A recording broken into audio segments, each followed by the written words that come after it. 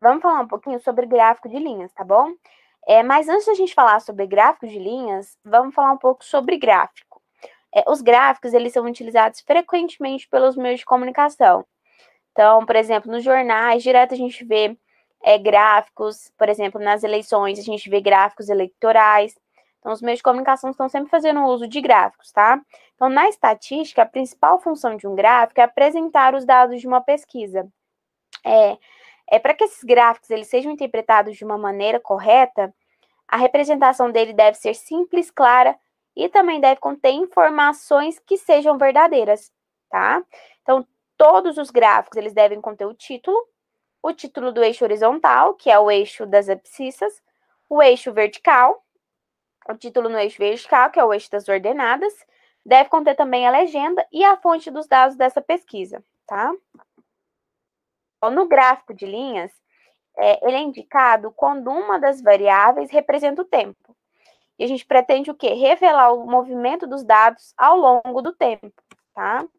Então, o gráfico ele é utilizado quando se deseja trabalhar com duas ou mais informações provenientes de dados numéricos.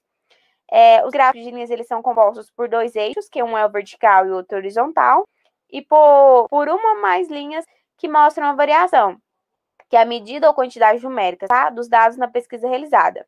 O que é isso? Isso é a movimentação dos dados no decorrer do tempo. Por exemplo, aqui são os elementos de um gráfico, tá? Então, aqui eu vou ter o eixo vertical, que é da escala. Aqui eu vou ter o eixo horizontal, que geralmente representa o tempo. Aqui eu tenho os pontos ligados por uma linha. Então, aqui eu vou ter o quê? A posição vertical, de acordo com a intensidade em cada momento representado. Então, nesse momento tem essa intensidade, esse momento tem essa, este momento tem essa, assim por diante. E a distância de cada momento, de cada período, ela deve ser proporcional, tá bom? Então, essa distância aqui tem que ser a mesma dessa distância, tem que ser a mesma dessa distância, tem que ser a mesma distância, tem que ser a mesma distância, tá? Então, aqui a gente tem um exemplo de um gráfico de linhas. Então, aqui a gente vai ter o título, evolução do efetivo de bovinos. Aqui a gente tem o eixo vertical, que é a escala, né? Nesse caso, a gente está trabalhando com milhões de cabeças de bovinos. A gente vai ter os pontos ligados por linhas. Temos o eixo horizontal, que aqui no caso está sendo o tempo, né? Que está sendo representado a cada 2 anos, que está indo de 1985 a 2017. Tem aqui a legenda com as categorias representadas, norte, nordeste, sudeste, sul, centro-oeste. E tem a fonte do gráfico. Aqui a gente vai fazer um exercício, tá?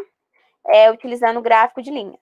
Por exemplo, o dono de uma farmácia resolveu colocar à vista do público o gráfico mostrado a seguir, esse gráfico aqui, que apresenta a evolução do total de vendas em reais de certo medicamento ao longo do ano de 2011. Então, o gráfico de evolução do total de vendas, ele vai de janeiro a dezembro do mês de 2011, beleza? Então, vamos lá, De acordo com o gráfico, os meses em que ocorreram, respectivamente, a maior e a menor venda absolutas em 2011 foram: letra A, março e abril; B, março e agosto; letra C, agosto e setembro; letra D, junho e setembro; e letra E, junho e agosto. Vou colocar o gráfico aqui para a gente analisar. Então, aqui está o gráfico do mês de 2011, que está indo de janeiro até dezembro, ou seja, do primeiro mês do ano de 2011 até o último mês de 2011, tá?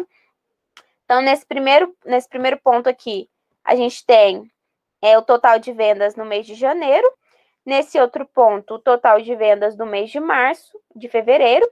Nesse outro ponto, do mês de março, nesse de abril, e assim por diante, né? Maio, junho, julho, agosto, setembro, outubro, novembro e dezembro. Para a gente encontrar os meses que tiveram a maior e a menor venda, basta a gente analisar esse gráfico, né? Então, analisando esse gráfico aqui, qual foi o mês que teve a maior venda? O mês que teve a maior venda foi o mês de junho, né? E a mesma forma a gente vai fazer para encontrar o mês que teve a menor venda. Então, analisando o gráfico, o mês que teve a menor venda foi o mês de agosto. Então, maior venda junho e menor venda agosto. Então, olha lá, o que o enunciado quer?